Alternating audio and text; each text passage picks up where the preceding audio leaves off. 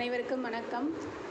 Bus pass தேவைப்படுற மாணவர்களுக்கு வந்து அன்எய்டட் ஸ்கூல்ஸ் எல்லாரும் இந்த டிஎன்எஸ்சிடி ஆப்பில் போய்ட்டு உங்களுடைய ஸ்கூல் யூசர் நேம் பாஸ்வேர்ட் போட்டு லாகின் பண்ணுங்கள்.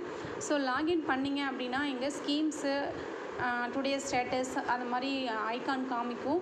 ஸோ இதில் ஸ்கீம்ஸ்ன்ற ஐக்கானை டச் பண்ணுங்கள். அதை டச் பண்ணிங்கன்னா உங்கள் எல்லா கிளாஸஸும் இங்கே விசிபிள் ஆகும். அதில் எந்த வகுப்பு மாணவர்களுக்கு உங்களுக்கு வந்து பஸ் பாஸ் தேவையோ அந்த வகுப்பை வந்து டச் பண்ணுங்கள். இப்போ 5ஆம் வகுப்பு மாணவர்களுக்கு பஸ் பாஸ் வேணும் அப்படின்னா 5ஆம் வகுப்பு டச் பண்ணுங்கள், செக்ஷன் டச் பண்ணுங்கள். டச் பண்ணதும் பஸ் பாஸ்ன்னு வரும். இந்த பஸ் பாஸில் பார்த்தீங்கன்னா எல்லா ஸ்டூடெண்ட்டோட நேமும் காமிக்கும். அந்த கிளாஸில் இருக்க எல்லா ஸ்டூடெண்ட் நேமும் காமிக்கும். அதில் எல்லா ஸ்டூடெண்ட்ஸ்க்கும் நம்ம அப்ளை பண்ணக்கூடிய அவசியம் இல்லை. எந்த ஸ்டூடெண்ட்ஸுக்கு பஸ் பாஸ் தேவையோ அந்த ஸ்டூடெண்ட்ஸ்க்கு நேராக இருக்கிற அந்த அப்ளைன்ற சிம்பிளை டச் பண்ணிங்கன்னா அந்த ஸ்டூடெண்ட் நேமு அட்ரஸ் நம்ம இங்கிலீஷில் கொடுத்துருக்க அட்ரஸ் வந்துடும். இதில் நம்ம 2 விஷயந்தான் அப்டேட் பண்ணணும். ஒன்று ஜேர்னி ஃப்ரம் ரெசிடென்ஸு, அதாவது நியரஸ்ட் பஸ் ஸ்டாப்பு. இன்னொன்று ஜேர்னி டு ஸ்கூலு.